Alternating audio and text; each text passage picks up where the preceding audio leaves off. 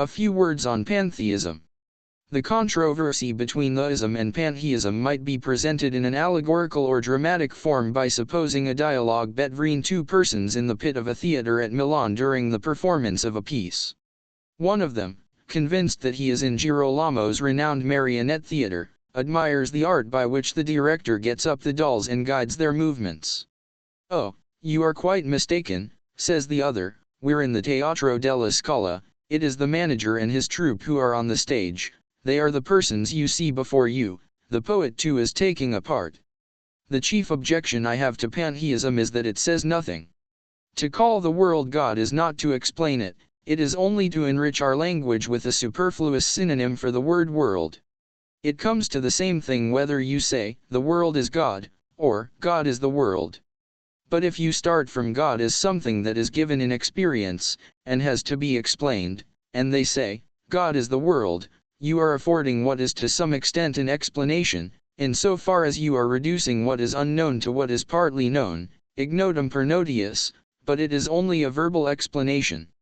If, however, you start from what is really given, that is to say, from the world, and say, the world is God, it is clear that you say nothing, or at least you are explaining what is unknown by what is more unknown.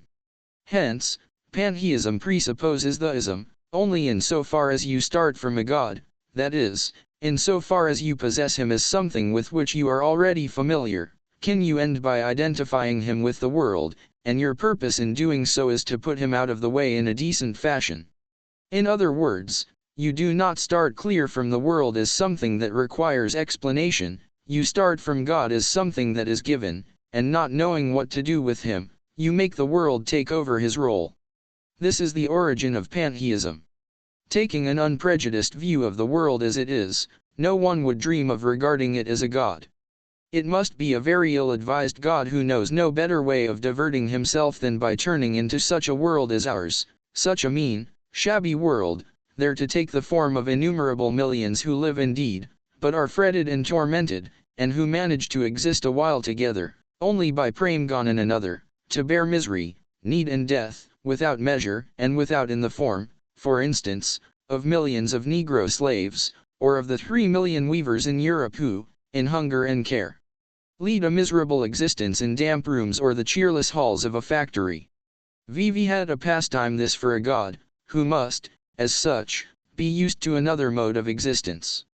We find accordingly that what is described as the great advance from theism to pantheism, if looked at seriously, and not simply as a masked negation of the sort indicated above, is a transition from what is unproved and hardly conceivable to what is absolutely absurd. For however obscure, however loose, or confused may be the idea which we connect with the word God, there are two predicates which are inseparable from it, the highest power and the highest wisdom. It is absolutely absurd to think that a being endowed with these qualities should have put himself into the position described above. Theism, on the other hand, is something which is merely unproved, and if it is difficult to look upon the infinite world as the work of a personal, and therefore individual, being, the like of which we know only from our experience of the animal world, it is nevertheless not an absolutely absurd idea. That a being, at once almighty and all good, should create a world of torment is always conceivable, even though we do not know why he does so, and accordingly we find that when people ascribe the height of goodness to this being, they set up the inscrutable nature of his wisdom as the refuge by which the doctrine escapes the charge of absurdity. Pantheism, however, assumes that the creative God is himself the world of infinite torment, and, in this little world alone, dies every second, and that entirely of his own will, which is absurd. It would be much more correct to identify the world with the devil, as the venerable author of the Deutsche Theologie has, in fact, done in a passage of his immortal work, where he says, "Vivi herefore the evil spirit and nature are one, and where nature is not overcome, neither is the evil adversary overcome." It is manifest that the pantheists give the Sansara the name of God. The same name is given by the mystics to the nirvana. The latter, however, state more about the nirvana than they know, which is not done by the Buddhists, whose nirvana is accordingly a relative nothing. It is only Jews, Christians, and Mohammedans who give its proper and meaning to the word God. The expression, often heard nowadays, the world is an end in itself, leaves it uncertain whether pantheism or a simple fatalism is to be taken as the explanation of it. But, whichever it be, the expression looks upon the world from a physical point of view only, and leaves out of sight its moral significance, because you cannot assume a moral significance without presenting the world as means to a higher end. The notion that the world has a physical but not a moral meaning, is the most mischievous error sprung from the greatest mental perversity. On books and reading. Ignorance is degrading only when found in company with riches. The poor man is restrained by poverty and need, labor occupies his thoughts, and takes the place of knowledge. But rich men who are ignorant live for their lusts only, and are like the beasts of the field, as may be seen every day, and they can also be reproached for not having used wealth and leisure for that which gives them their greatest value. When we read, another person thinks for us, we merely repeat his mental process. In learning to write, the pupil goes over with his pen what the teacher has outlined in pencil, so in reading, the greater part of the work of thought is already done for us. This is why it relieves us to take up a book after being with our own thoughts. And in reading, the mind is, in fact, only the playground of another's thoughts. It comes about that if anyone spends almost the whole day in reading, and by way of relaxation devotes the intervals to some thoughtless pastime, he gradually loses the capacity for thinking, just as the man who always rides, at last forgets how to walk. This is the case with many learned persons, they have read themselves stupid. For to occupy every spare moment in reading, and to do nothing but read, is even more paralyzing to the mind than constant manual labor, which at least allows those engaged in it to follow their own thoughts. A spring never free from the pressure of some foreign body at last loses its elasticity, and so does the mind if other people's thoughts are constantly forced upon it. Just as you can ruin the stomach and impair the whole body by taking too much nourishment, so you can overfill and choke the mind by feeding it too much. The more you read, the fewer are the traces left by what you have read, the mind becomes like a tablet crossed over and over writing. There is no time for ruminating, and in no other way can you assimilate what you have read. If you read on and on without setting your own thoughts to work, what you have read cannot strike root, and is generally lost.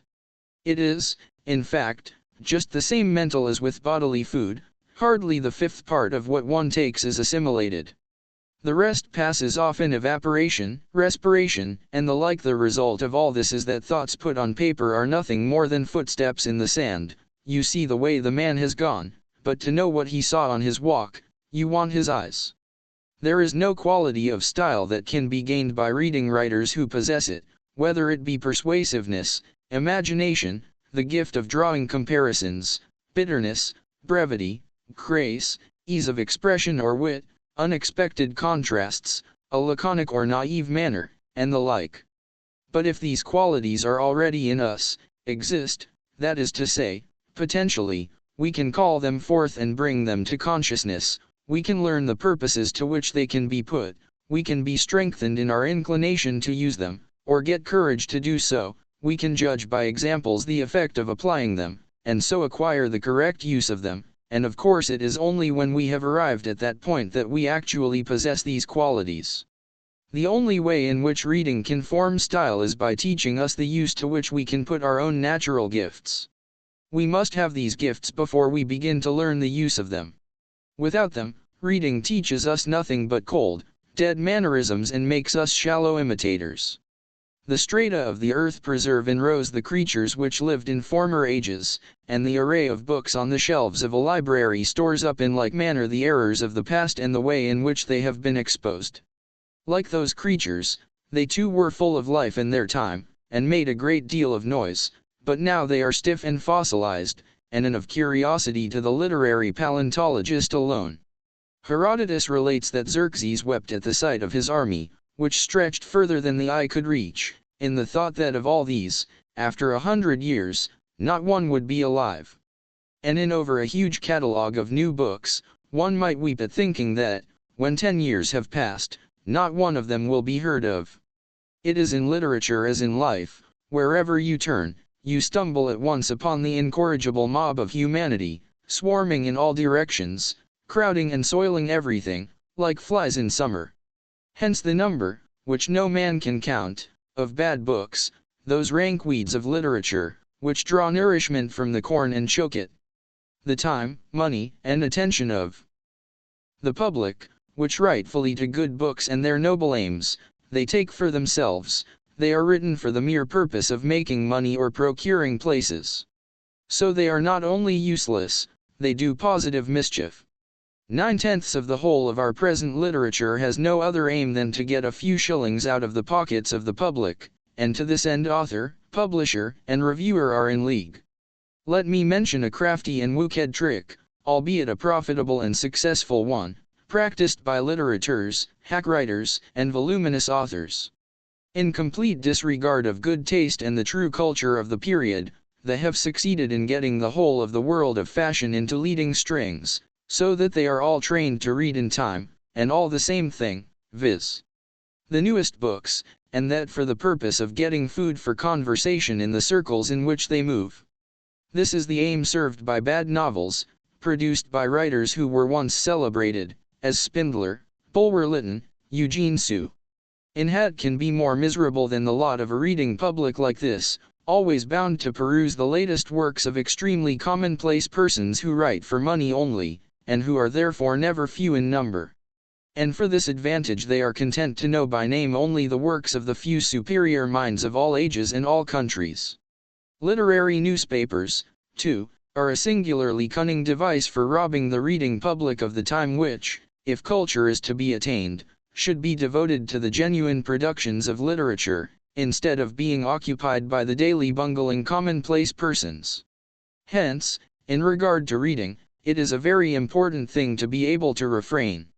Skill in doing so consists in not taking into one's hands any book merely because at the time it happens to be extensively read, such as political or religious pamphlets, novels, poetry, and the like, which make a noise, and may even attain to several editions in the first and last year of their existence. Consider, rather, that the man who writes for fools is always sure of a large audience. Be careful to limit your time for reading, and devote it exclusively to the works of those great minds of all times and countries, who o'ertop the rest of humanity, those whom the voice of fame points to as such. These alone really educate and instruct. You can never read bad literature too little, nor good literature too much. Bad books are intellectual poison, they destroy the mind. Because people always read what is new instead of the best of all ages, writers remain in the narrow circle of the ideas which happen to prevail in their time, and so the period sinks deeper and deeper into its own mire. There are at all times two literatures in progress, running side by side, but little known to each other, the one real, the other only apparent. The former grows into permanent literature, it is pursued by those who live for science or poetry, its course is sober and quiet, but extremely slow, and it produces in Europe scarcely a dozen works in a century. These, however, are permanent. The other kind is pursued by persons who live on science or poetry, it goes at a gallop with much noise and shouting of partisans, and every 12 months puts 1,000 works on the market. But after a few years one asks, Vivi, here are they? Where is the glory which came so soon and made so much clamor? This kind may be called fleeting, and the other, permanent literature. In the history of politics, half a century is always a considerable time, the matter which goes to form them is ever on the move, there is always something going on. But in the history of literature there is often a complete standstill for the same period, nothing has happened, for clumsy attempts don't count. You are just where you were 50 years previously. To explain what I mean, let me compare the advance of knowledge among mankind to the course taken by a planet. The false paths on which humanity usually enters after every important advance are like the epicicles in the Ptolemaic system, and after passing through one of them, the world is just where it was before it entered it. But the great minds, who really bring the race further on its course, do not accompany it on the epicicles it makes from time to time. This explains why posthumous fame is often bought at the expense of contemporary praise, and vice versa. An instance of such an epicycle is the philosophy started by Fichte and Schelling, and crowned by Hegel's caricature of it. This epicycle was a deviation from the limit to which philosophy had been ultimately brought by Kant, and at that point I took it up again afterwards, to carry it further. In the intervening period the Shem philosophers I have mentioned and some others went through their epicycle, which had just come to an end, so that those who went with them on their course are conscious of the fact that they are exactly at the point from which they started. This circumstance explains why it is that, every 30 years or so, science, literature, and art, as expressed in the spirit of the time, are declared bankrupt. The errors which appear from time to time amount to such a height in that period that the mere weight of their absurdity makes the fabric fall, whilst the opposition to them has been gathering force at the same time. So an upset takes place, often followed by an error in the opposite direction. To exhibit these movements in their periodical rhythm would be the true practical aim of the history of literature. Little attention, however, is paid to it. And besides, the comparatively short duration of these periods makes it difficult to collect the data of epochs long gone by, so that it is most convenient to observe how the matter stands in one's own generation. An instance of this tendency, drawn from physical science, is supplied in the Neptunian geology of Werther. But let me keep strictly to the example cited above, the nearest we can take. In German philosophy, the brilliant epoch of Kant was immediately followed by a period which aimed rather at being imposing than at convincing. Instead of being thorough and clear, it tried to be dazzling, hyperbolical, and, in a special degree, unintelligible. Instead of seeking truth, it intrigued. Philosophy could make no progress in this fashion, and at last the whole school and its method became bankrupt. For the effrontery of Hegel and his fellows came to such a pass, whether because they talked such sophisticated nonsense, or were so unscrupulously puffed, or because the entire aim of this pretty piece of work was quite obvious, that in the end there was nothing to prevent charlatanry of the whole business from manifest to everybody, and when, in consequence of certain disclosures, the favor it had enjoyed in high quarters was withdrawn, the system was openly ridiculed. This most miserable of all the meager philosophies that have ever existed came to grief, and dragged down with it into the abysm of discredit, the systems of Fichte and which had preceded it.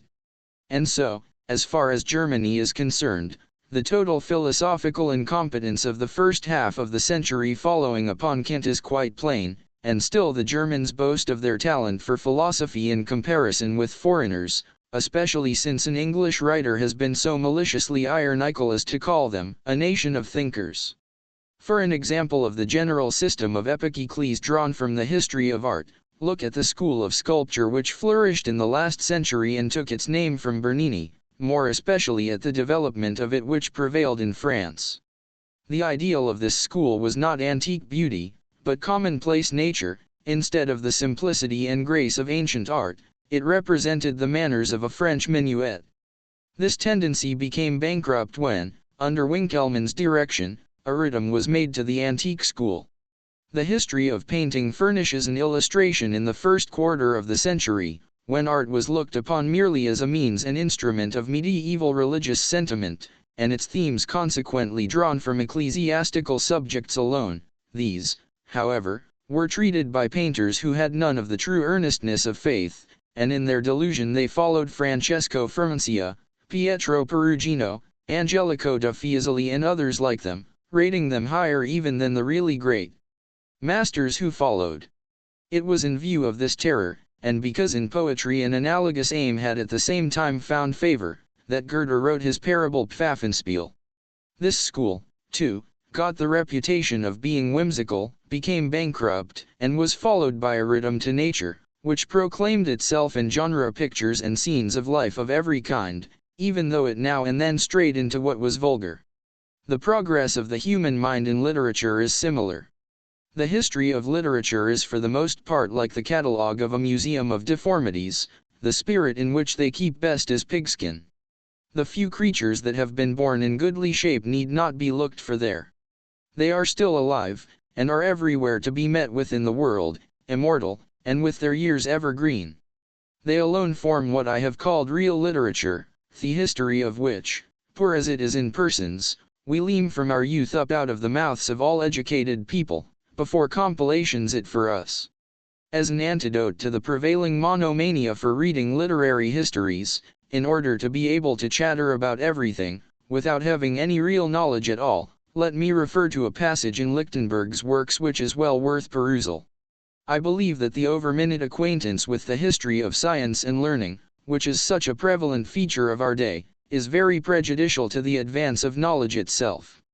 There is pleasure in following up this history, but as a matter of fact, it leaves the mind, not empty indeed, but without any power of its own, just because it makes it so full.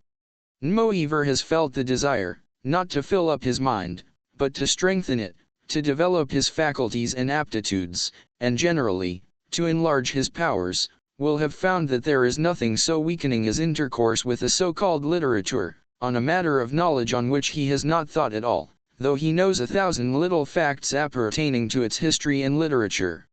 It is like reading a cookery book when you are hungry.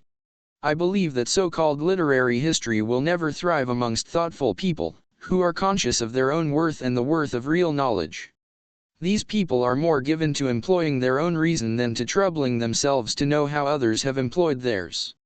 The worst of it is that, as you will find, the more knowledge takes the direction of literary research, the less the power of promoting knowledge becomes. The only thing that increases is pride in the possession of it. Such persons believe that they possess knowledge in a greater degree than those who really possess it. It is surely a well-founded remark, that knowledge never makes its possessor proud.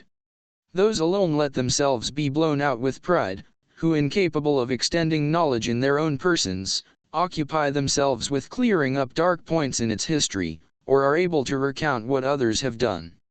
They are proud, because they consider this occupation, which is mostly of a mechanical nature, the practice of knowledge. I could illustrate what I mean by examples, but it would be an odious task. Still, I wish someone would attempt a tragical history of literature, giving the way in which the writers and artists, who form the proudest possession of the various nations which have given them birth, have been treated by them during their lives. Such a history would exhibit the ceaseless warfare, which what was good and genuine in all times and countries has had to wage with what was bad and perverse. It would tell of the martyrdom of almost all those who truly enlightened humanity, of almost all the great masters of every kind of art. It would show us how, with few exceptions, they were tormented to death, without recognition, without sympathy, without followers, how they lived in poverty and misery, whilst fame, honor, and riches were the lot of the unworthy, how their fate was that of Esau, who while he was hunting and getting venison for his father, was robbed of the blessing by Jacob.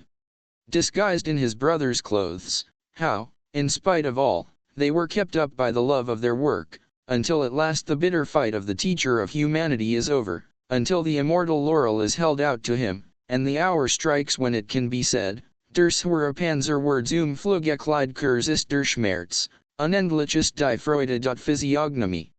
That the outer man is a picture of the inner, and the face an expression and revelation of the whole character, is a presumption likely enough in itself, and therefore a safe one to go by, evidenced as it is by the fact that people are always anxious to see anyone who has made himself famous by or evil, or as the author of some extraordinary work, or if they cannot get a sight of him, to hear at any rate from others what he looks like. So people go to places where they may expect to see the person who interests them. The press, especially in England, endeavors to give a minute and striking description of his appearance. Painters and engravers lose no time in putting him visibly before us, and finally photography, on that very account of such high value, affords the most complete satisfaction of our curiosity. It is also a fact that in private life everyone criticizes the physiognomy of those he comes across, first of all secretly trying to discern their intellectual and moral character from their features. This would be a useless proceeding if, as some foolish people fancy, the exterior of a man is a matter of no account, if, as they think, the soul is one thing and the body another, and the body related to the soul merely as the coat to the man himself. On the contrary, every human face is a hieroglyphic, and a hieroglyphic, too, which admits of being deciphered, the alphabet of which we carry about with us already as a matter of fact. The face of a man gives us a fuller and more interesting information than his tongue, for his face is the compendium of all he will ever say, as it is the one record of all his thoughts and endeavors. And, moreover, the tongue tells the thought of one man only, whereas the face expresses a thought of nature itself, so that everyone is worth attentive observation, even though everyone may not be worth talking to.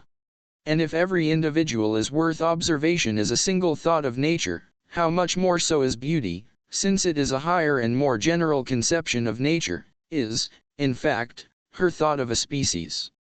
This is why beauty is so captivating. It is a fundamental thought of nature, whereas the individual is only a by-thought, a corollary. In private, people always proceed upon the principle that a man is what he looks, and the principle is a right one, only the difficulty lies in its application.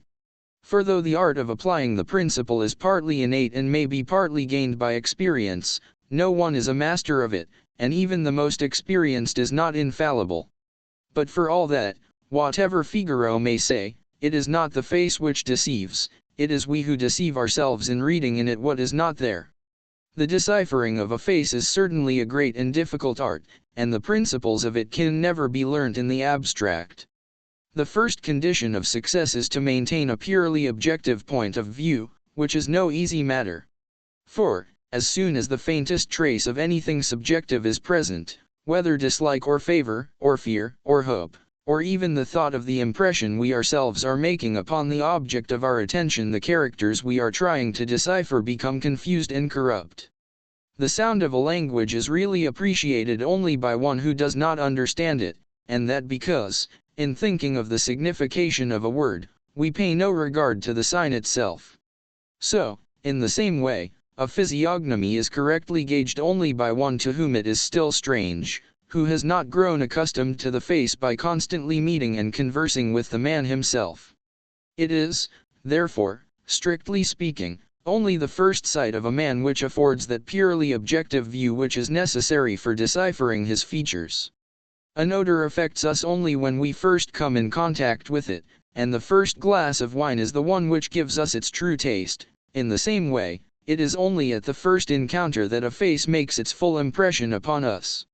Consequently, the first impression should be carefully attended to and noted, even written down if the subject of it is of personal importance, provided, of course, that one can trust one's own sense of physiognomy. Subsequent acquaintance and intercourse will obliterate the impression, but time will one day prove whether it is true. Let us, however, not conceal from ourselves the fact that this first impression is for the most part extremely undefying. How poor most faces are! With the exception of those that are beautiful, or intellectual, that is to say, the very few and far between, I believe a person of any fine feeling scarcely ever sees a new face without a sensation akin to a shock, for the reason that it presents a new and surprising combination of undefying elements. To tell the truth, it is, as a rule, a sorry sight. There are some people whose faces bear the stamp of such artless vulgarity and baseness of character, such an animal limitation of intelligence, that one wonders how they can appear in public with such a countenance, instead of wearing a mask. There are faces, indeed, the very sight of which produces a feeling of pollution. One cannot, therefore, take it amiss of people, whose privileged position admits of it, if they manage to live in retirement and completely free from the painful sensation of seeing new faces. The metaphysical explanation of this circumstance rests upon the consideration that the individuality of a man is that by the very existence of which he should be reclaimed and corrected. If, on the other hand, a psychological explanation is satisfactory, let any one ask himself what kind of physiognomy he may expect in those who have all their life long, except on the rarest occasions, harbored nothing but petty, base, and miserable thoughts, and vulgar, selfish, envious, wicked and malicious desires. Every one of these thoughts and desires has set its mark upon the face during the time it lasted, and by constant repetition, all these marks have in course of time become furrows and blotches, so to speak. Consequently, most people's appearance is such as to produce a shock at first sight, and it is only gradually that one gets accustomed to it, that is to say, becomes so deadened to the impression that it has no more effect on, and that the prevailing facial expression is the result of a long process of innumerable, fleeting, and characteristic contractions of the features, is just the reason why intellectual countenances are of gradual formation. It is, indeed, only in old age that intellectual men attain their sublime expression, whilst portraits of them in their youth show only the first traces of it. But on the other hand, what I have just said about the shock which the first sight of a face generally is in keeping the remark that it is only at that first sight that it makes its true and full impression. For to get a purely objective and uncorrupted impression of it, we must stand in no kind of relation to the person. If possible, we must not yet have spoken with him. For every conversation places us to some extent upon a friendly footing, establishes a certain rapport, a mutual subjective relation, which is at once unfavorable to an objective point of view. And as everyone's endeavor is to win esteem or friendship for himself, the man who is under observation will at once employ all those arts of dissimulation in which he is already versed, and corrupt us with his airs, hypocrisies, and flatteries, so that what the first look clearly showed will soon be seen by us no more. This fact is at the bottom of the saying that most people gain by further acquaintance. It ought, however, to delude us by it. It is only when, later on, the bad qualities manifest themselves, that our first judgment as a rule receives its justification and makes good its scornful verdict. It may be that a further acquaintance is an unfriendly one, and if that is so, we do not find in this case either that people gain by it. Another reason why people apparently gain on a nearer acquaintance is that the man whose first aspect whams us from him, as soon as we converse with him, no longer shows his own being and character, but also his education, that is, not only what he really is by nature, but also what he has appropriated to himself out of the commonwealth of mankind. 3/4 of what he says belongs not to him, but to the sources from which he obtained it, so that we are often surprised to hear a minotaur speak so humanly. If we make a still closer acquaintance, the animal nature, of which his face gave promise, will manifest itself in all its splendor. If one is gifted with an acute sense for physiognomy, one should take special note of those verdicts which preceded a closer acquaintance and were therefore genuine. For the face of a man is the exact impression of what he is, and if he deceives us, that is our fault, not his. A man says, on the other hand, is what he thinks, more often what he has learned, or it may be even, what he pretends to think. And besides this, when we talk to him, or even hear him talking to others, we pay no attention to his physiognomy proper. It is the underlying substance, the fundamental datum, and we disregard it. What interests us is its pathognomy, its play of feature during conversation. This, however, is so arranged as to turn the good side upwards. Crates said to a young man who was introduced to him to have his capabilities tested, "Talk in order that I may see you." If indeed by seeing he did not simply mean hearing, he was right, so far as it is only in conversation that the features and especially the eyes become animated, and the intellectual resources and capacities set their mark upon the countenance. This puts us in a position to form a provisional notion of the degree and capacity of intelligence, which was in that case Socrates' aim. But in this connection it is to be observed, firstly, that the rule does not apply to moral qualities, which lie deeper, and in the second place, that what from an objective point of view we gain by the clearer development of the countenance in conversation, we lose from a subjective standpoint on account of the personal relation into which the speaker at once enters in regard to us, and which produces a slight fascination, so that, as explained above, we are not left impartial observers. Consequently, from the last point of view we might say with greater accuracy, "Do not speak in order that I may see you." For to get a pure and fundamental conception of a man's physiognomy, we must observe him when he is alone and left to himself. Society of any kind and conversation throw a reflection upon him which is not his own, generally to his advantage, as he is thereby placed in a state of action and reaction which sets him off. But alone and left to himself, plunged in the depths of his own thoughts and sensations, he is wholly himself, and a penetrating eye for physiognomy can at one glance take a general view of his entire character. For his face, looked at by and in itself, expresses the keynote of all his thoughts and endeavors, the irrevocable decree of his destiny, the consciousness of which only comes to him when he is alone. The study of physiognomy is one of the chief means of a knowledge of mankind, because the cast of a man's face is the only sphere in which his arts of dissimulation are of no avail, since these arts extended only to that play of feature which is akin to mimicry. And that is why I recommend such a study to be undertaken when the subject of it is alone and given up to his own thoughts, and before he is spoken to, and this partly for the reason that it is only in such a condition that inspection of the physiognomy pure and simple is possible, because conversation at once lets in a pathognomical element, in which a man can apply the arts of dissimulation which he has learned, partly again because personal contact, even of the very slightest kind, gives a certain bias and so corrupts the judgment of the observer. And in regard to the study of physiognomy in general, it is further to be observed that intellectual capacity is much easier of discernment than moral character. The former naturally takes a much more outward direction, and expresses itself not only in the face and the play of feature, but also in the gait, down even to the very slightest movement. One could perhaps discriminate from behind a blockhead, a fool, and a man of genius. The blockhead would be discerned by the torpidity and sluggishness of all his movements. Folly sets its mark upon every gesture, and so does intellect and a studious nature. Hence that remark of La Bruyere that there is nothing so slight, so simple, or imperceptible but that our way of doing it enters in us. A fool neither comes nor goes, nor sits down, nor gets up, nor holds his tongue, nor moves about in the same way as an intelligent man. And this is, be it observed by way of parenthesis, the explanation of that sure and certain instinct which, according to Helvetius, ordinary folk possess of discerning people of genius, and of getting out of their way.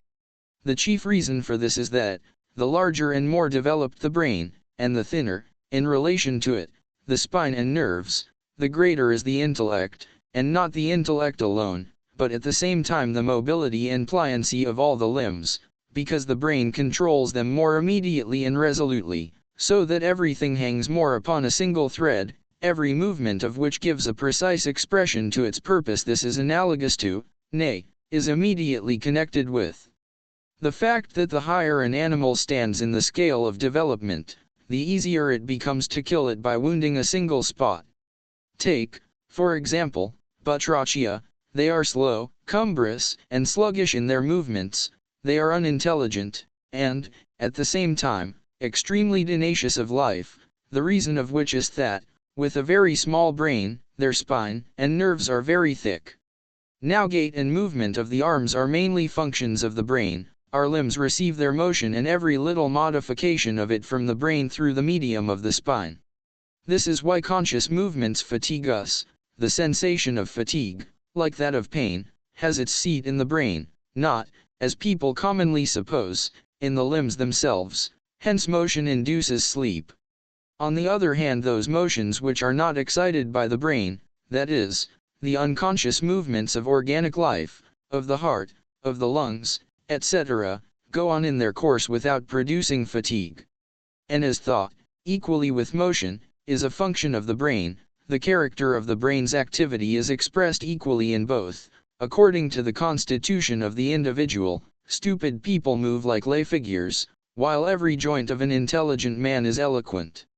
But gesture and movement are not nearly so an index of intellectual qualities as the face, the shape and size of the brain, the contraction and movement of the features, and above all the eye, from the small, dull eye of a pig up through all gradations to the irradiating, flashing eyes of a genius. The look of good sense and prudence, even of the best kind, differs from that of genius, in that the former bears the stamp of subjection to the will, while the latter is free from it. And therefore one can well believe the anecdote told by Squarzafici in his Life of Petrarch, and taken from Joseph Brevius, a contemporary of the poet, how once at the court of the Visconti, when Petrarch and other noblemen and gentlemen were present, Galeazzo Visconti told his son, who was then a mere boy, he was afterwards first Duke of Milan, to pick out the wisest of the company, how the boy looked at them all for a little, and then took Petrarch by the hand and led him up to his father, to the great admiration of all present. For so clearly does nature set the mark of her dignity on the privileged among mankind that even a child can discern it. Therefore, I should advise my sagacious countrymen, if ever again they wish to trumpet about for 30 years a very commonplace person as a great genius, not to choose for the purpose such a bare housekeeper physiognomy as was possessed by that philosopher, upon whose face nature had written, in her clearest characters, the familiar inscription, commonplace person. But what applies to intellectual capacity will not apply to moral qualities, to character. It is more difficult to discern its physiognomy, because, being of a metaphysical nature, it lies incomparably deeper. It is true that moral character is also connected with the constitution, with the organism, but not so immediately or in such direct connection with definite parts of its system as is intellectual capacity. Hence, while everyone makes a show of his intelligence and endeavors to exhibit it at every opportunity, as something with which he is in general quite contented, few expose their moral qualities freely, and most people intentionally cover them up, and long practice makes the concealment perfect. In the meantime, as I explained above, wicked thoughts and worthless efforts gradually set their mask upon the face, especially the eyes. So that, judging by physiognomy, it is easy to warrant that a given man will never produce an immortal work, but not that he will never commit a great crime. Psychological observations. For every animal, and more for man, a certain conformity and proportion between the will and the intellect is necessary for existing or making any progress in the world. The more precise and correct the proportion which nature establishes, the more easy, safe, and agreeable will be the passage through the world. Still, if the right point is only approximately reached, it will be enough to ward off destruction. There are, then, certain limits within which the said proportion may vary, and yet preserve a correct standard of conformity. The normal standard is as follows. The object of the intellect is to light and lead the will on its path, and therefore, the greater the force, impetus, and passion, which spurs on the will from within, the more complete and luminous must be the intellect which is attached to it, that the vehement strife of the will, the glow of passion, and the intensity of the emotions, may not lead man astray, or urge him on to ill-considered, false, or ruinous action. This will, inevitably, be the result, if the will is very violent and the intellect very weak. On the other hand, a phlegmatic character, a weak and languid will, can get on and hold its own with a small amount of intellect. What is naturally moderate needs only moderate support. The general tendency of a want of proportion between the will and the intellect, in other words, of any variation from the normal proportion I have mentioned, is to produce unhappiness, whether it be that the will is greater than the intellect, or the intellect greater than the will. Especially is this the case when the intellect is developed to an abnormal degree of strength and superiority, so as to be out of all proportion to the will, a condition which is the essence of real genius. The intellect is then not only more than enough for the needs and aims of life, it is absolutely prejudicial to them. The result is that, in youth, excessive energy in grasping the objective world, accompanied by a vivid imagination and a total lack of experience, makes the mind susceptible, and an easy prey to extravagant ideas, nay, even to chimeras, and the result is an eccentric and fantastic character. And when, in later years, this state of mind yields and passes away under the teaching of experience, still the genius never feels himself at home in the common world of every day and the ordinary business of life. He will never take his place in it, and accommodate himself to it as accurately as the person of moral intellect. He will be much more likely to make curious mistakes. For the ordinary mind feels itself so completely at home in the narrow circle of its ideas and views of the world that no one can get the better of it in that sphere. Its faculties remain true to their original purpose, viz. To promote the service of the will. It devotes itself steadfastly to this end, and abjures extravagant aims. The genius, on the other hand, is at bottom a monstrum per excessum, just as, conversely, the passionate, violent and unintelligent man, the brainless barbarian, is a monstrum per defectum. The will to live, which forms the inmost core of every living being, exhibits itself most conspicuously in the higher order of animals, that is, the cleverer ones, and so in them the nature of the will may be seen and examined most clearly. For in the lower orders its activity is not so evident, it has a lower degree of objectivation, whereas, in the class which stands above the higher order of animals, that is, in men, reason enters in, and with reason comes discretion, and with discretion, the capacity of dissimulation, which throws a veil over the operations of the will. And in mankind, consequently, the will appears without its mask only in the affections and the passions. And this is the reason why passion, when it speaks, always wins credence, no matter what the passion may be, and rightly so. For the same reason the passions are the main theme of poets and the stalking horse of actors. The conspicuousness of the will in the lower order of animals explains the delight we take in dogs, apes, cats, etc. It is the entirely naive way in which they express themselves that gives us so much pleasure. The sight of any free animal going about its business undisturbed, seeking its or looking after its young, or mixing in the company of its kind, all the time being exactly what it ought to be and can be, what a strange pleasure it gives us. Even if it is only a bird, I can watch it for a long time with delight, or a water rat or a hedgehog, or better still, a weasel, a deer, or a stag. The main reason why we take so much pleasure in looking at animals is that we like to see our own nature in such a simplified form. There is only one mendacious being in the world, and that is man. Every other is true and sincere, and makes no attempt to conceal what it is, expressing its feelings just as they are. Many things are put down to the force of habit which are rather to be attributed to the constancy and immutability of original, innate character, according to which under like circumstances we always do the same thing, whether it happens for the first or the 100th time, it is in virtue of the same necessity. Real force of habit, as a matter of fact, rests upon that indolent, passive disposition which seeks to relieve the intellect and the will of a fresh choice, and so makes us do what we did yesterday and have done 100 times and of which we know that it will attain its but the truth of the matter lies deeper, and a more precise explanation of it can be given than appears at first sight. Bodies which may be moved by mechanical means only are to the power of inertia, and applied to bodies which may be acted on by motives, this power becomes the force of habit. The actions which we perform by mere habit come about, in fact, without any individual separate motive brought into play for the particular case, hence, in performing them, we really do not think about them. A motive was present only on the first few occasions on which the action happened, which has since become a habit. The after effect of this motive is the present habit, and it is sufficient to enable the action to continue, just as when a body had been set in motion by push, it requires no more pushing in order to continue its motion, it will go on to all eternity, if it meets with no friction. It is the same in the case of animals, training is a habit which is forced upon them.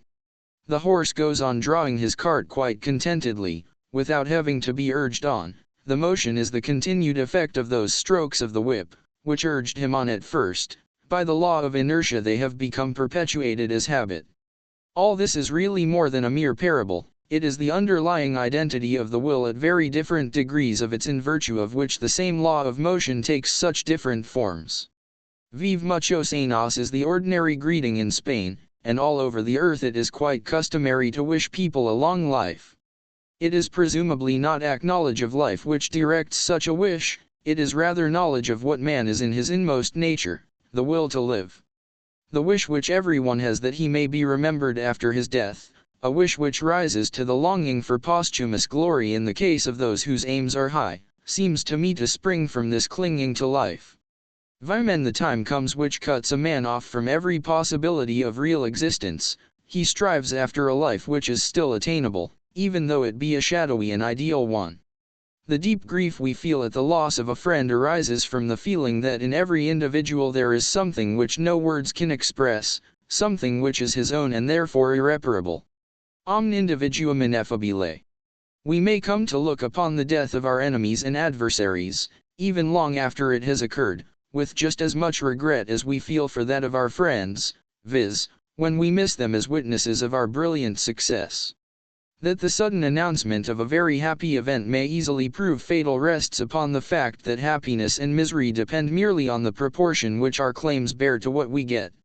Accordingly, the good things we possess, or are certain of getting, are not felt to be such, because all pleasure is in fact of a negative nature and affects the relief of pain, while pain, or evil is what is really positive, it is the object of immediate sensation.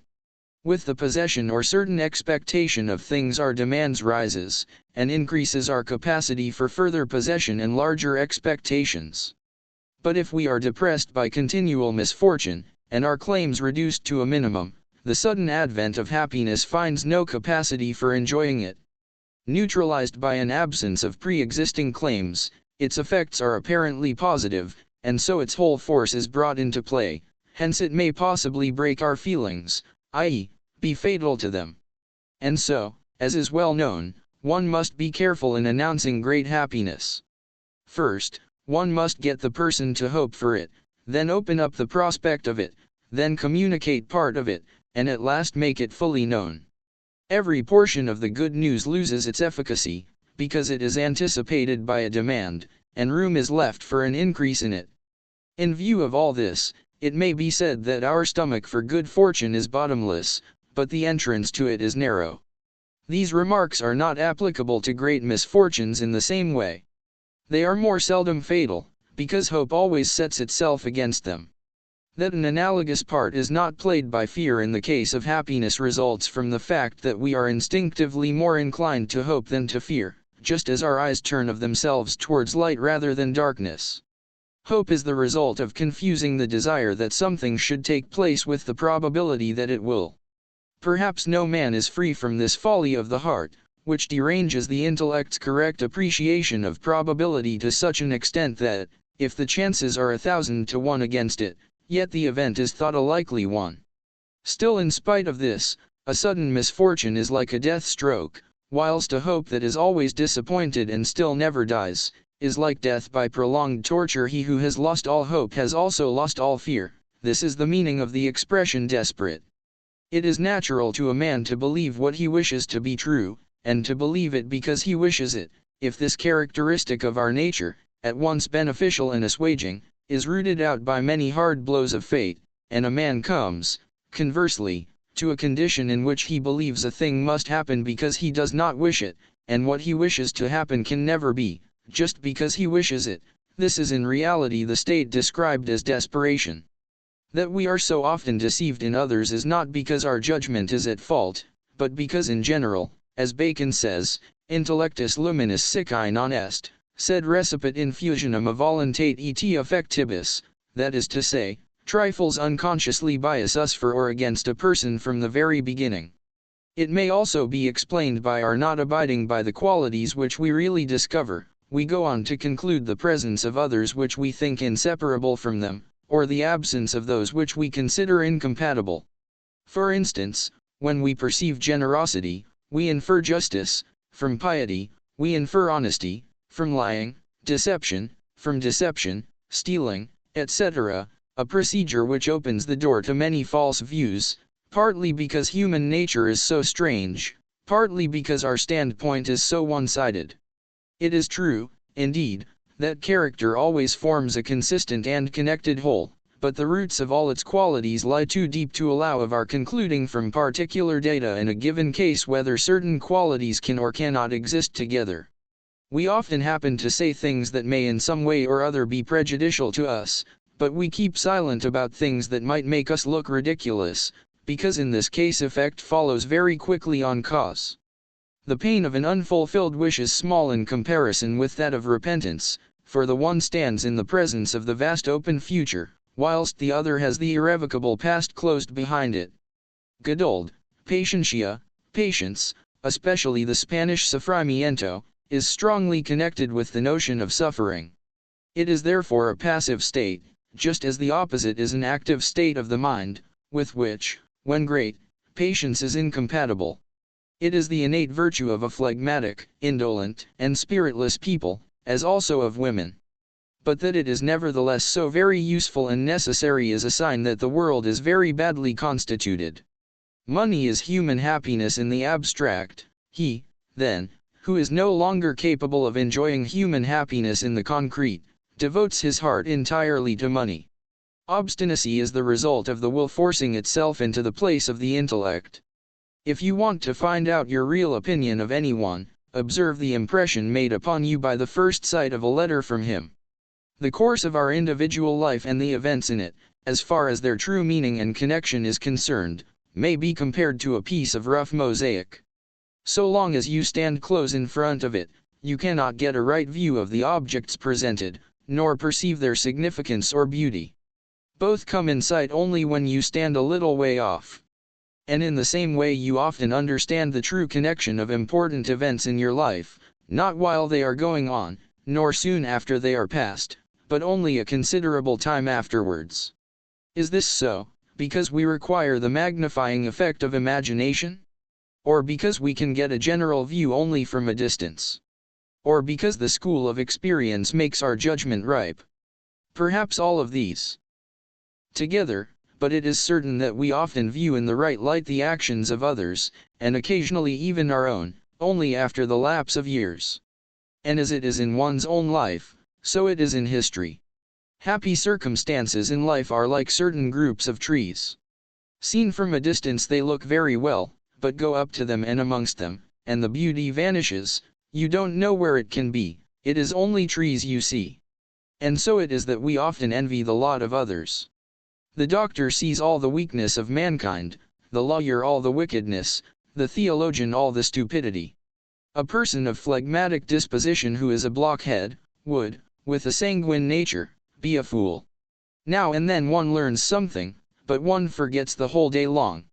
Moreover, our memory is like a sieve, the holes of which in time get larger and larger. The older we get, the quicker anything entrusted to it slips from the memory, whereas, what was fixed fast in it in early days is there still. The memory of an old man gets clearer and clearer, the further it goes back, and less clear the nearer it approaches the present time, so that his memory, like his eyes, becomes short-sighted. In the process of learning you may be apprehensive about bewildering and confusing the memory, but not about overloading it, in the strict sense of the word. The faculty for remembering is not diminished in proportion to what one has learnt, just as little as the number of molds in which you cast sand, lessens its capacity for being cast in new molds. In this sense the memory is bottomless.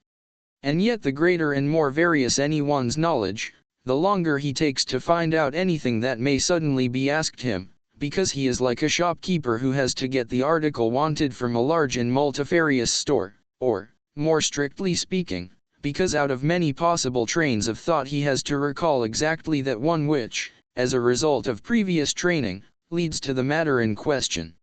For the memory is not a repository of things you wish to preserve, but a mere dexterity of the intellectual powers, hence the mind always contains its sum of knowledge only potentially, never actually. It sometimes happens that my memory will not reproduce some word in a foreign language, or a name, or some artistic expression, although I know it very well.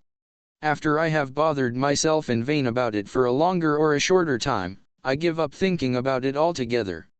An hour or two afterwards, in rare cases even later still, sometimes only after 4 or 5 weeks, the word I was trying to recall occurs to me while I am thinking of something else, as suddenly as if someone had whispered it to me. After noticing this phenomenon with wonder for very many years, I have come to think that the probable explanation of it is as follows. After the troublesome and unsuccessful search, my will retains its craving to know the word, and so sets a watch for it in the intellect. Later on, in the course and play of thought, some word by chance occurs having the same initial letters or some other resemblance to the word which is sought. Then the sentinel springs forward and supplies what is wanting to make up the word, seizes it, and suddenly brings it up in triumph, without my knowing where and how he got it, so it seems as if someone had whispered it to me. It is the same process as that adopted by a teacher towards a child who cannot repeat a word. The teacher just suggests the first letter of the word, or even the second two, then the child remembers it. In default of this process, you can end by going methodically through all the letters of the alphabet. In the ordinary man, Injustice rouses a passionate desire for vengeance, and it has often been said that vengeance is sweet. How many sacrifices have been made just to enjoy the feeling of vengeance, without any intention of causing an amount of injury equivalent to what one has suffered? The bitter death of the centaur Neshes was sweetened by the certainty that he had used his last moments to work out an extremely clever vengeance. Walter Scott expresses the same human inclination in language as true as it is strong: vengeance is the sweetest morsel to the mouth that ever was cooked in hell. I shall now attempt a psychological explanation of it. Suffering which falls to our lot in the course of nature, or by chance, or fate, does not, caeteris paribus, seem so painful as suffering which is inflicted on us by the arbitrary will of another. This is because we look upon nature and chance as the fundamental masters of the world. We see that the blow we received from them might just as well have fallen on another. In the case of suffering which springs from this source, we bewail the common lot of humanity rather than our own misfortune. But that it is the arbitrary will of another which inflicts the suffering, is a peculiarly bitter addition to the pain or injury it causes, viz. the consciousness that someone else is superior to us, whether by force or cunning, while we lie helpless. If amends are possible, amends heal the injury, but that bitter addition, "and it was you who did that to me," which is often more painful than the injury itself, is only to be neutralized by vengeance. By inflicting injury on the one who has injured us, whether we do it by force or cunning, is to show our superiority to him, and to annul the proof of his superiority to us. That gives our hearts the satisfaction towards which it yearns. So where there is a great deal of pride and vanity, there also will there be a great desire of vengeance. But as the fulfillment of every wish brings with it more or less of a sense of disappointment, so it is with vengeance. The delight we hope to get from it is mostly embittered by compassion. Vengeance taken will often tear the heart and torment the conscience. The motive to it is no longer active, and what remains is the evidence of our malice the Christian system. The Church says that, in the dogmas of religion, reason is totally incompetent and blind, and its use to be reprehended. It is in reality attesting the fact that these dogmas are allegorical in their nature, and are not to be judged by the standard which reason, taking all things sensu proprio, can alone apply. Now the absurdities of a dogma are just the mark and sign of what is allegorical and mythical in it. In the case under consideration, however, the absurdities spring from the fact that two such heterogeneous doctrines as those of the Old and New Testaments had to be combined. The great allegory was of gradual growth. Suggested by external and adventitious circumstances, it was developed by the interpretation put upon them, an interpretation in quiet touch with certain deep-lying truths only half realized. The allegory was finally completed by Augustine, who penetrated deepest into its meaning, and so was able to conceive it as a systematic whole and supply its defects. Hence the Augustinian doctrine, confirmed by Luther, is the complete form of Christianity, and the Protestants of today, who take revelation sensu proprio and confine it to a single individual, are in error in looking upon the first beginnings of Christianity as its most perfect expression. But the bad thing about all religions is that, instead of able to confess their allegorical nature, they have to conceal it. Accordingly, they parade their doctrine in all seriousness as true sensu proprio, and as absurdities form an essential part of these doctrines, you have the great mischief of a continual fraud. And, what is worse, the day arrives when they are no longer true sensu proprio, and then there is an end of them, so that, in that respect, it would be better to admit their allegorical nature at once. But the difficulty is to teach the multitude that something can be both true and untrue at the same time. And as all religions are in a greater or less degree of this nature, we must recognize the fact that mankind cannot get on without a certain amount of absurdity, that absurdity is an element in its existence, and illusion indispensable, as indeed other aspects of life testify. I have said that the combination of the Old Testament with the New gives rise to absurdities. Among the examples which illustrate what I mean, I may cite the Christian doctrine of predestination and grace, as formulated by Augustine and adopted from him by Luther, according to which one man is endowed with grace and another is not. Grace, then, comes to be a privilege received at birth and brought ready into the world, a privilege, 2, in a matter second to none in importance. VNVHAT is obnoxious and absurd in this doctrine may be traced to the idea contained in the Old Testament, that man is the creation of an external will, which called him into existence out of nothing. It is quite true that genuine moral excellence is really innate, but the meaning of the Christian doctrine is expressed in another and more rational way by the theory of metempsychosis, common to Brahmans and Buddhists. According to this theory, the qualities which distinguish one man from another are received at birth, are brought, that is to say, from another world in a former life. These qualities are not an external gift of grace, but are the fruits of the acts committed in that other world. But Augustine's dogma of predestination is connected with another dogma, namely, that the mass of humanity is corrupt and doomed to eternal damnation, that very few will be found righteous and attain salvation, and that only in consequence of the gift of grace, and because they are predestined to be saved, whilst the remainder will be overwhelmed by the perdition they have deserved, viz., eternal torment in hell. Taken in its ordinary meaning, the dogma is revolting, for it comes to this: it condemns a man, who may be, perhaps, scarcely 20 years of age, to expiate his errors, or even his unbelief, in everlasting torment. Nay, more, it makes this almost universal damnation the natural effect of original sin, and therefore the necessary consequence of the fall. This is a result which must have been foreseen by him who made mankind, and who, in the first place, made them not better than they are, and secondly, set a trap for them into which he must have known they would fall, for he made the whole world, and nothing is hidden from him. According to this doctrine, then, God created out of nothing a weak race prone to sin, in order to give them over to endless torment.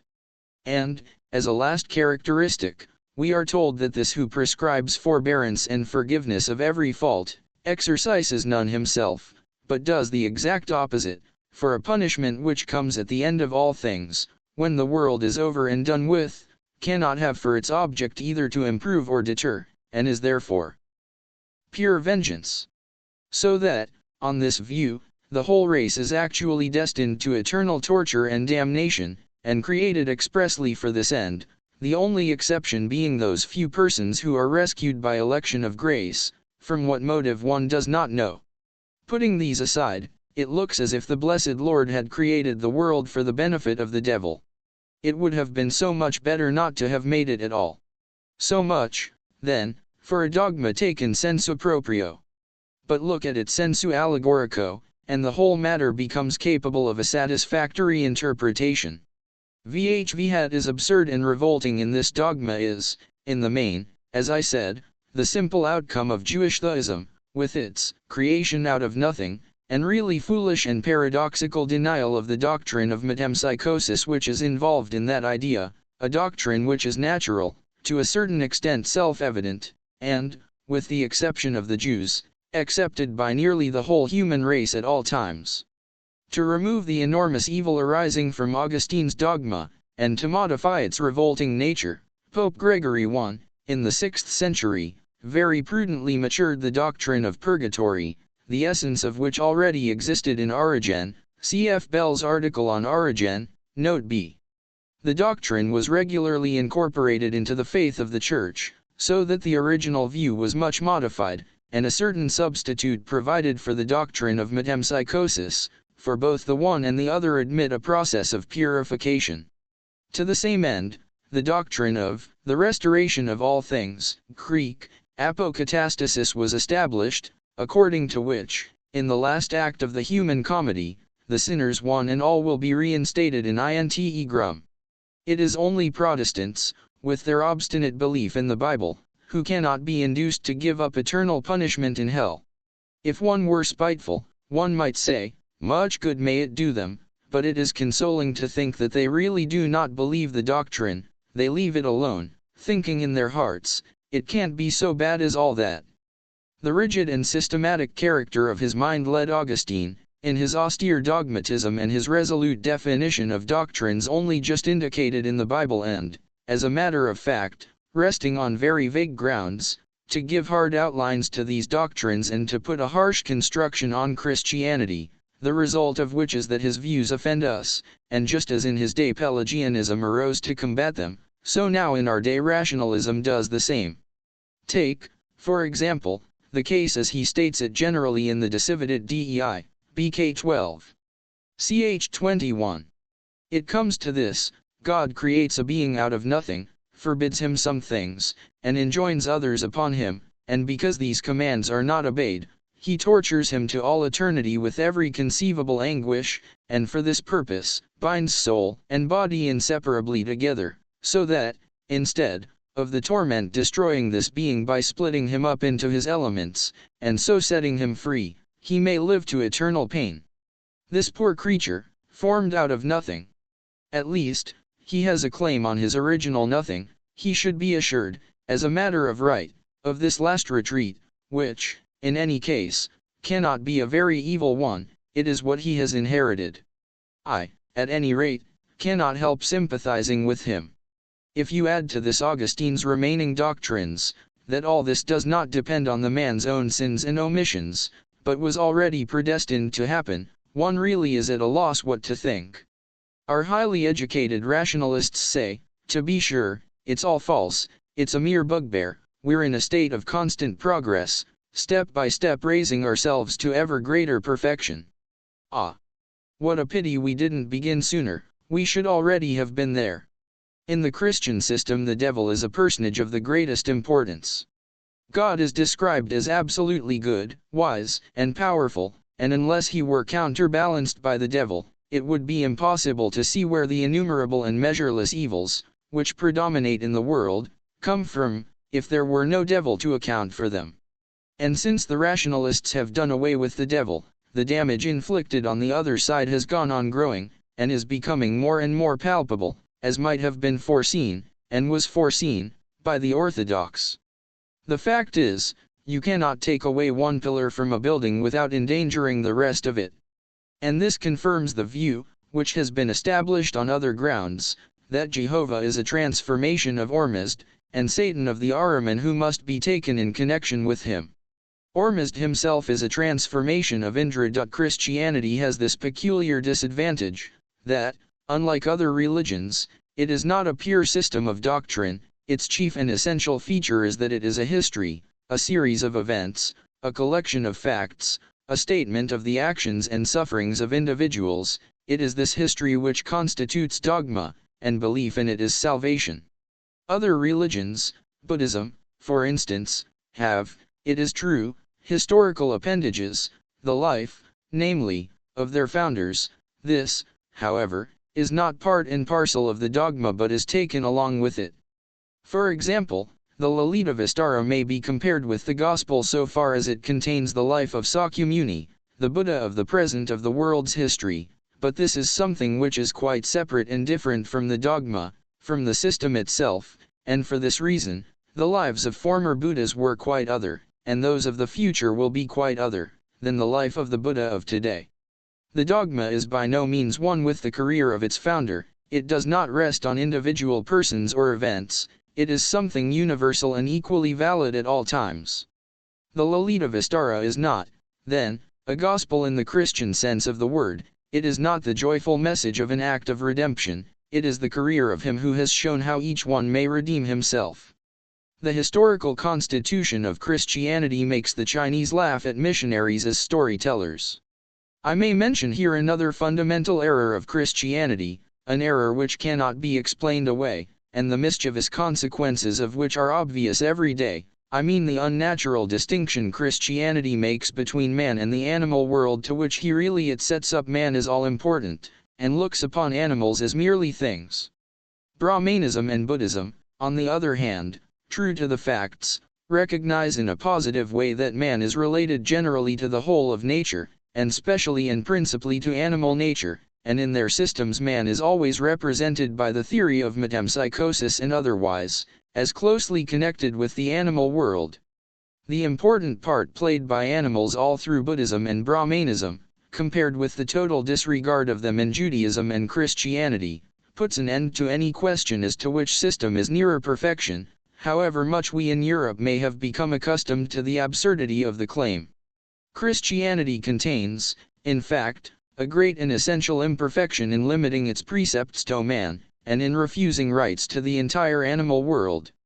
As religion fails to protect animals against the rough, unfeeling, and often more than bestial multitude, the duty falls to the police, and as the police are unequal to the task, societies for the protection of animals are now formed all over Europe and America.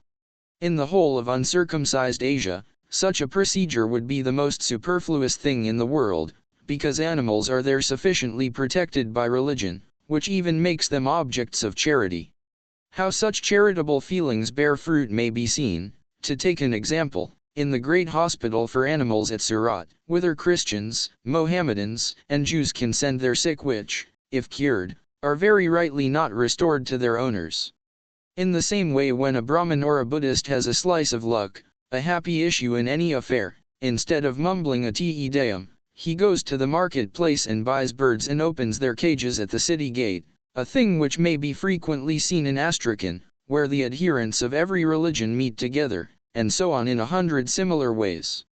On the other hand, look at the revolting ruffianism with which our Christian public treats its animals, killing them for no object at all, and laughing over it, or mutilating or torturing them. Even its horses, who form its most direct means of livelihood, are strained to the utmost in their old age, and the last strength worked out of their poor bones until they succumb at last under the whip. One might say with truth, mankind are the devils of the earth, and the animals the souls they torment. But what can you expect from the masses, when there are men of education, even, who, instead of admitting what is so familiar to them, the essential identity of man and animal, are bigoted and stupid enough to offer a zealous opposition to their honest and rational colleagues, when they class man under the proper head as an animal, or demonstrate the resemblance between him and the chimpanzee or orang-outang. It is a revolting thing that a writer who is so pious and Christian in his sentiments as young Stilling should use a simile like this, in his Scenen aus dem Geisterreich. BK 11I, p. 15. Suddenly the skeleton shriveled up into an indescribably hideous and dwarf-like form, just as when you bring a large spider into the focus of a burning glass, and watch the purulent blood hiss and bubble in the heat. This man of God then was guilty of such infamy, or looked on quietly when another was committing it. In either case it comes to the same thing here. So little harm did he think of it that he tells us of it in passing, and without a trace of emotion. Such are the effects of the first chapter of Genesis, and, in fact, of the whole of the Jewish conception of nature. The standard recognized by the Hindus and Buddhists is the Mahavakya, the great word, Tat Twamasi, this is thyself, which may always be spoken of every animal, to keep us in mind of the identity of his inmost being with ours. Perfection of morality, indeed. Nonsense. The fundamental characteristics of the Jewish religion are realism and optimism, views of the world which are closely allied. They form, in fact, the conditions of theism. For theism looks upon the material world as absolutely real, and regards life as a pleasant gift bestowed upon us. On the other hand, the fundamental characteristics of the Brahmin and Buddhist religions are idealism and pessimism, which look upon the existence of the world as in the nature of a dream, and life as the result of our sins. In the doctrines of the Zendavesta, from which, as is well known, Judaism sprang, the pessimistic element is represented by Ahriman. In Judaism, Ahriman has as Satan only a subordinate position, but, like Ahriman, he is the lord of snakes, scorpions, and vermin. But the Jewish system forthwith employs Satan to correct its fundamental error of optimism, and in the fall introduces the element of pessimism, a doctrine demanded by the most obvious facts of the world. There is no truer idea in Judaism than this, although it transfers to the course of existence what must be represented as its foundation and antecedent. The New Testament, on the other hand, must be in some way traceable to an Indian source. Its ethical system, its ascetic view of morality, its pessimism, and its avatar, are all thoroughly Indian. It is its morality which places it in a position of such emphatic and essential antagonism to the Old Testament, so that the story of the fall is the only possible point of connection between the two. For when the Indian doctrine was imported into the land of promise, two very different things had to be combined: on the one hand the consciousness of the corruption and misery of the world, its need of deliverance and salvation through an avatar, together with a morality based on self-denial and repentance, on the other hand the Jewish doctrine of monotheism, with its corollary that all things are very good Greek, panta kala lien. And the task succeeded as far as it could, as far, that is, as it was possible to combine two such heterogeneous and antagonistic creeds. As ivy clings for the support and stay it wants to a rough-hewn post, everywhere conforming to its irregularities and showing their outline, but at the same time covering them with life and grace, and changing the former aspect into one that is pleasing to the eye, so the Christian faith, sprung from the wisdom of India, overspreads the old trunk of rude Judaism, a tree of alien growth.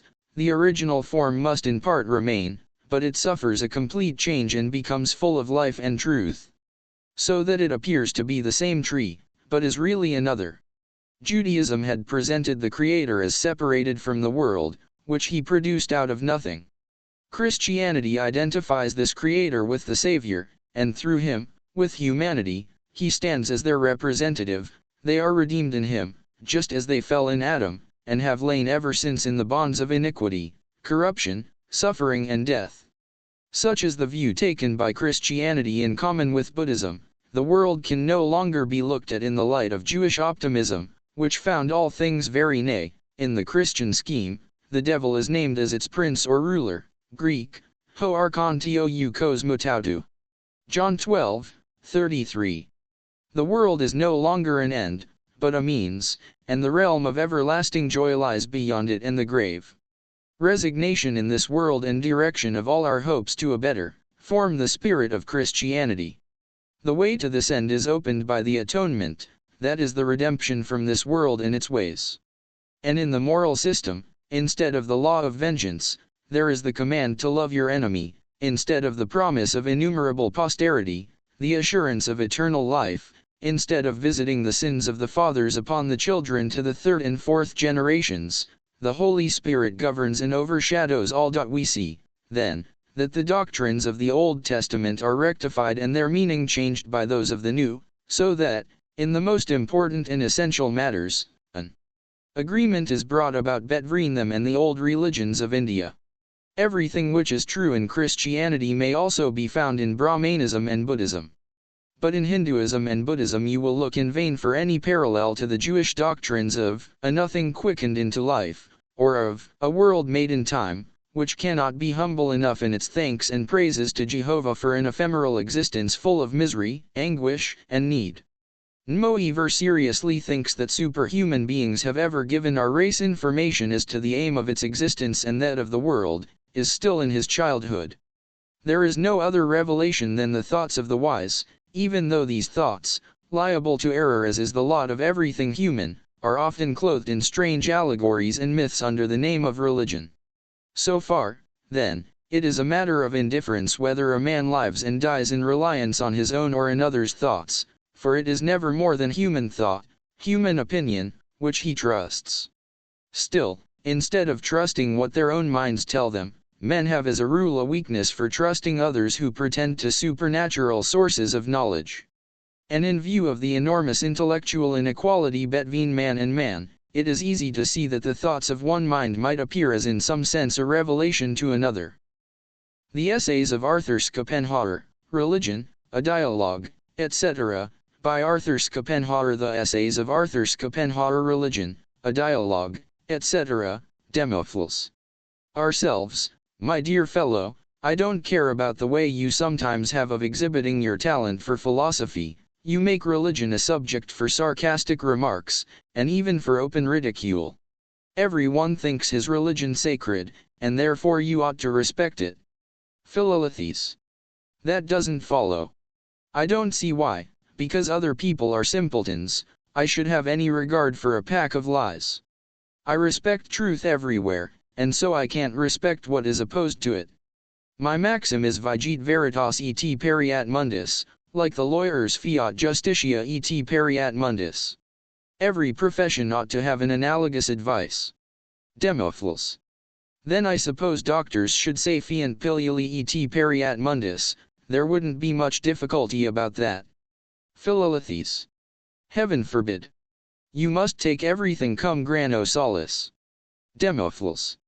Exactly, that's why I want you to take religion cum grano salis. I want you to see that one must meet the requirements of the people according to the measure of their comprehension. VV here you have masses of people of crude susceptibilities and clumsy intelligence, sordid in their pursuits and sunk in drudgery. Religion provides the only means of proclaiming and making them feel the height import of life. For the average man takes an interest, primarily, in nothing but what will satisfy his physical needs and hankerings, and beyond this, give him a little amusement and pastime. Founders of religion and philosophers come into the world to rouse him from his stupor and point to the lofty meaning of existence. Philosophers for the few, the emancipated, founders of religion for the many, for humanity at large. For, as your friend Plato has said, the multitude can't be philosophers, and you shouldn't forget that. Religion is the metaphysics of the masses, by all means let them keep it, let it therefore command external respect, for to discredit it is to take it away. Just as they have popular poetry, and the popular #DOM of Proverbs, so they must have popular metaphysics too, for mankind absolutely needs an interpretation of life, and this, again, must be suited to popular comprehension. Consequently, this interpretation is always an allegorical investiture of the truth, and in practical life and in its effects on the feelings, that is to say, as a rule of action and as a comfort and consolation in suffering and death, it accomplishes perhaps just as much as the truth itself could achieve if we possessed it. Don't take offense at its unkempt, grotesque, and apparently absurd form, for with your education and learning, you have no idea of the roundabout ways by which people in their crude state have to receive their knowledge of deep truths. The various religions are only various forms in which the truth, which taken by itself is above their comprehension, is grasped and realized by the masses, and truth becomes inseparable from these forms. Therefore, my dear sir, don't take it amiss if I say that to make a mockery of these forms is both shallow and unjust. Philolaethes. But isn't it every bit as shallow and unjust to demand that there shall be no other system of metaphysics but this one, cut out as it is to suit the requirements and comprehension of the masses? That its doctrine shall be the limit of human the standard of all thought, so that the metaphysics of the few, the emancipated, as you call them, must be devoted only to confirming, strengthening, and explaining the metaphysics of the masses? That the highest powers of human intelligence shall remain unused and undeveloped, even be nipped in the bud, in order that their activity may not thwart the popular metaphysics? And isn't this just the very claim which religion sets up? Isn't it a little too much to have tolerance and delicate forbearance preached by what is intolerance and cruelty itself? Think of the heretical tribunals, inquisitions, religious wars, crusades, Socrates' cup of poison, Bruno's and Vanini's death in the flames. Is all this today quite a thing of the past? How can genuine philosophical effort, sincere search after truth, the noblest calling of the noblest men, be let and hindered more completely than by a conventional system of metaphysics enjoying a state monopoly, the principles of which are impressed into every head in earliest youth, so earnestly, so deeply, and so firmly, that, unless the mind is miraculously elastic, they remain indelible. In this way the groundwork of all healthy reason is once for all deranged, that is to say, the capacity for original thought and unbiased judgment, which is weak enough in itself, is, in regard to those subjects to which it might be applied, forever paralyzed and ruined. Demophils. VNVHICH means, I suppose, that people have arrived at a conviction which they won't give up in order to embrace yours instead. Philolaethes. Ah! If it were only a conviction based on insight. Then one could bring arguments to bear, and the battle would be fought equal weapons. But religions admittedly appeal, not to conviction as the result of argument, but to belief as demanded by revelation. And as the capacity for believing is strongest in childhood, special care is taken to make sure of this tender age. This has much more to do with the doctrines of belief taking root than threats and reports of miracles. If, in early childhood, certain fundamental views and doctrines are paraded with unusual solemnity, and an air of the greatest earnestness never before visible in anything else, if, at the same time, the possibility of a doubt about them be completely passed over, or touched upon only to indicate that doubt is the first step to eternal perdition, the resulting impression will be so deep that, as a rule, that is, in almost every case, doubt about them will be almost as impossible as doubt about one's own existence. Hardly 1 in 10,000 will have the strength of mind to ask himself seriously, is that true? To call such as can do it strong minds, esprits forts, is a description more apt than is generally supposed. But for the ordinary mind there is nothing so absurd or revolting but what, if inculcated in that way, the strongest belief in it will strike root. If, for example, the killing of a heretic or infidel were essential to the future salvation of his soul, almost every one would make it the chief event of his life, and in dying would draw consolation and strength from the remembrance that he had succeeded. As a matter of fact, almost every Spaniard in days gone by used to look upon an auto da fe as the most pious of all acts and one most agreeable to God. A parallel to this may be found in the way in which the Thugs, a religious sect in India, suppressed a short time ago by the English, who executed numbers of them, express their sense of religion and their veneration for the goddess Kali. They take every opportunity of murdering their friends and traveling companions, with the object of getting possession of their and in the serious conviction that they are thereby doing a praiseworthy action, conducive to their eternal welfare. The power of religious dogma, when inculcated early, is such as to stifle conscience, compassion, and finally every feeling of humanity. But if you want to see with your own eyes and close at hand what timely inoculation will accomplish, look at the English. Here is a nation favored before all others by nature, endowed, more than all others, with discernment, intelligence, power of judgment, strength of character. Look at them, abased and made ridiculous, beyond all others, by their stupid ecclesiastical superstition, which appears amongst their other abilities like a fixed idea or monomania. For this they have to thank the circumstance that education is in the hands of the clergy, whose endeavor it is to impress all the articles of belief, at the earliest age, in a way that amounts to a kind of paralysis of the brain. This in its turn expresses itself all their life in an idiotic bigotry, which makes otherwise most sensible and intelligent people amongst them degrade themselves so that one can't make head or tail of them.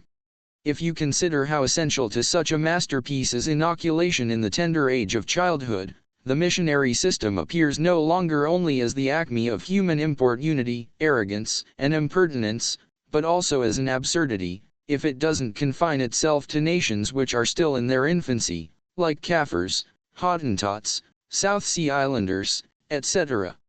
Amongst these races it is successful, but in India, the Brahmans treat the discourses of the missionaries with contemptuous smiles of approbation, or simply shrug their shoulders. And one may say generally that the proselytizing efforts of the missionaries in India, in spite of the most advantageous facilities, are, as a rule, a failure. An authentic report in the volume XXI of the Asiatic Jumel, 1826, states that after so many years of missionary activity not more than 300 living converts were to be found in the whole of India, where the population of the English possessions alone comes to 115 millions, and at the same time it is admitted that the Christian converts are distinguished for their extreme immorality. 300 venal and bribed souls out of so many millions. There is no evidence that things have gone better with Christianity in India since then, in spite of the fact that the missionaries are now trying, contrary to